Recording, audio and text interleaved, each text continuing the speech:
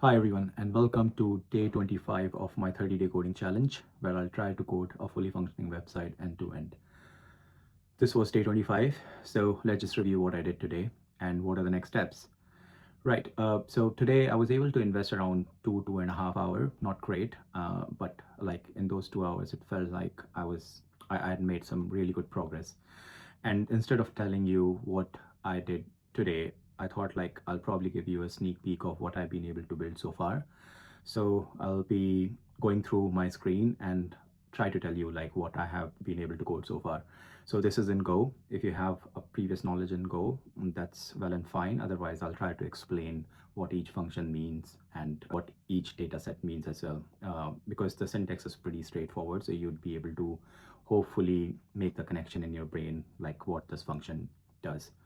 Right, so as you can see from in the screen, we'll start in the main.go file where you have to import a few packages. You do not have to physically import them. You just type the package syntax and Go automatically imports it for you. Then you'll have to make a few struct. That's how data gets stored in Go. So the first main struct we have for player, where player specific data will be stored, such as their name, their ID, their chips, and how many cards they have. They'll have to, and whether they have folded or not, and how we will decide whether they're folded or not. So it's either going to be true or false. But that's why you can see it's a Boolean sort of variable data type. Apologies. And then we go down. There are a few other struct as well that I had to make in order to flow the game.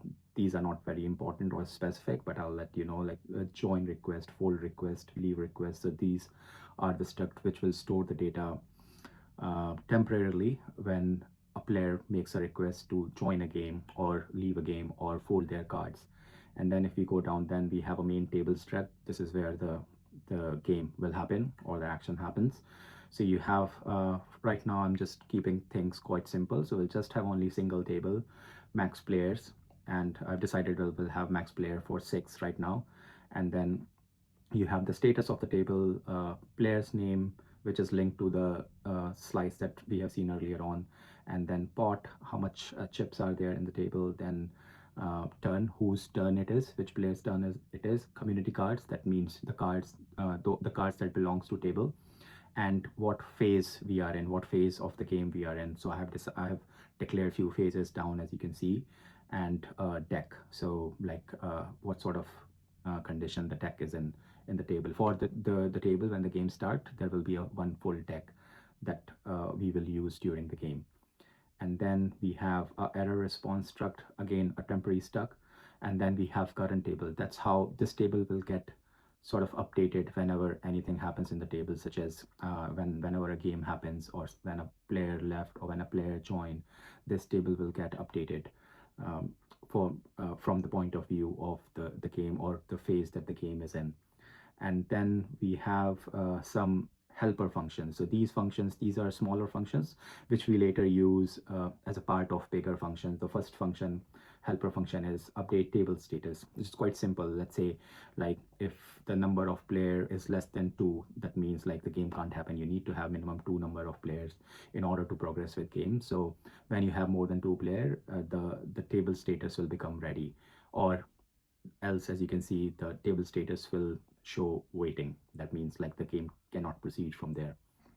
Then we have a smaller helper function, which is very standard in Go. This is write JSON. This is how sort of API communicates with each other. So this is a response writer function, which needs to encode the data into JSON format so that it's standard. And like if we were to integrate it with front end later on, there won't be any compatible issue. So this is pretty standard function in Go to convert any data type into JSON type.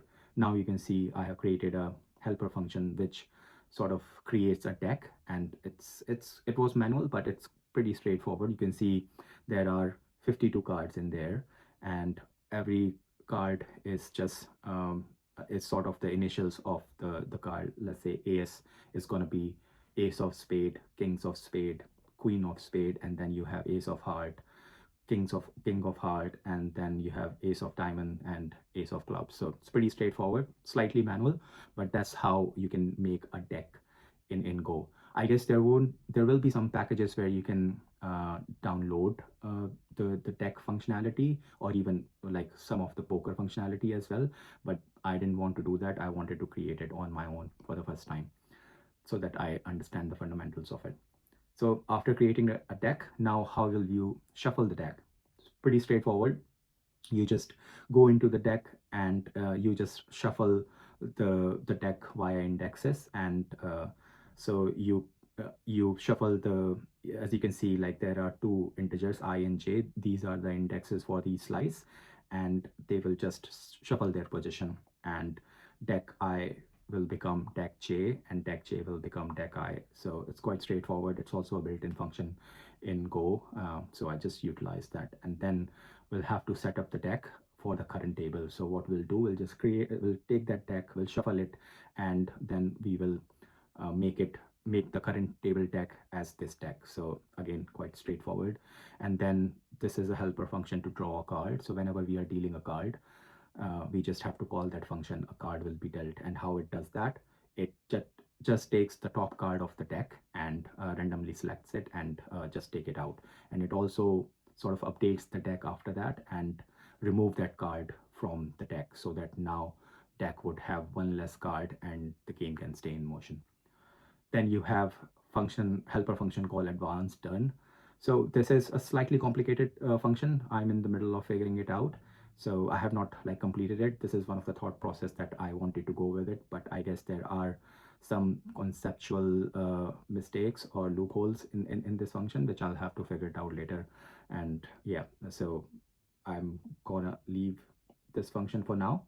And then you have another helper function called write error function. In Go, you'll have to sort of try to declare error most of the time whenever you have a function or a variable that can return some error. So it's easier to just write this function here and call this function whenever you'll have to declare that error, so that your code doesn't break and it can go back to the previous step, so that it doesn't go into the panic mode, it doesn't result in a deadlock. So it's really mandatory to return error in Go function. I'm not sure about the other language, but that's how it's in Go.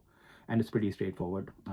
Like it just gives you the status of your status code of your error, and it also gives you an error message as well. Now, I think we are done with the helper functions. Now we move on to more sort of broader function. These are called handler function. This is just a naming convention in Go. Handler functions are sort of the API function which lets you communicate with the server. So the first handler function, let's say it's called handler table. That means it just sets up the table. And then if we go further down, these are the handler health function, which we don't need now. So it was one of the first few function I wrote in here just to see the API endpoints are working. And I guess we do not need it now, just to see like how the data format gets received when I could see it on the browser. So it's sort of lived its utility, and probably I'm going to delete it later on. Now, the other handler function is handler join. This is how a player would be able to join the table. And see, it's a little bit complicated, but like if you follow the rhythm of it, the flow of it, you would be able to understand the logic behind like how we write a function. So when a new player will join, it will also update its credentials in the new player struct that we saw in the beginning. So it will update its ID, it will update the name, it will update the chips and the cards, and folded status, which would be false because the player has just joined the game. And then in the end, it will return current table. That means it has updated the whole current table status. The next function would be handler leave, quite similar to join. If a player wants to leave, these are the logical steps that will happen, and the player would be able to leave in the end. So yeah, there is a little bit of complexity, but not much, because as you can see, you can sort of make out from the language that's written here, like what sort of logic has been followed. Then the other handler function is called handler player. This is a function if we wanted an ID of a player. So like if we want to request the ID of a player, this is, it doesn't have a utility now, but it was good to see this sort of API call happening in action. So that's why we wrote it. And it will probably be useful later on, but not in a game of 6 players where we know like who is joined. But yeah, when you have like, I don't know, hundreds of thousands of players and you want to look up for a player by ID or by name, then this function might become useful. But not that's not the case for now, at least not for this app. And then you have a handler start function, which would just sort of start the game, and the next handler function is next phase. This is also a pretty like tricky function to track, whereas like you progress the game in stages as it happens in poker. So it goes from pre-flop to flop to turn and river, and every case would have some sort of functionality built into it. Like in pre-flop, if it's a pre-flop and you have to set it to flop, in the meantime you'll also have to draw 3 community cards so that like the game can progress. So it follows that logic. And then you have handler fold. If someone wants to fold, we'll just have to call this function and the player would be able to fold. So these are the functions we have been able to write so far, and you can see in main sort of function in Go, that's how they will be called on screen. I'm guessing or assuming at this point that there will be some button that we can manipulate with HTML or JavaScript, and these API calls would happen via that method. So that's pretty much it that I've been able to build so far. You can see it's about 350-ish line of code, which is quite neat. And most of the skeleton part of the game has been covered. It's just that now putting it in more functionalities and then wrapping it around HTML and JavaScript and making it more interactive. That's what's left. And I guess I have about 4 or 5 days to complete that. So feeling quite confident, and we'll see in next 4 or 5 days whether it becomes operational or not. Like I'm not thinking of hosting it anywhere for now. It will still remain in my local laptop host. So I guess you guys won't be able to try it at least in next 4 or 5 days. If it becomes quite robust, if there are no security issues in testing and everything, then I'll think about hosting it somewhere external as well. So great. That's pretty much it from myself. Hope you have enjoyed it. Hope you have found it useful. If you have any questions about Go, please send them towards myself, and hopefully I'll be able to answer if they are beginner friendly or intermediate friendly questions. And I would really appreciate if you could subscribe to the channel or hit a like button. And I will see you tomorrow with more updates. Thank you.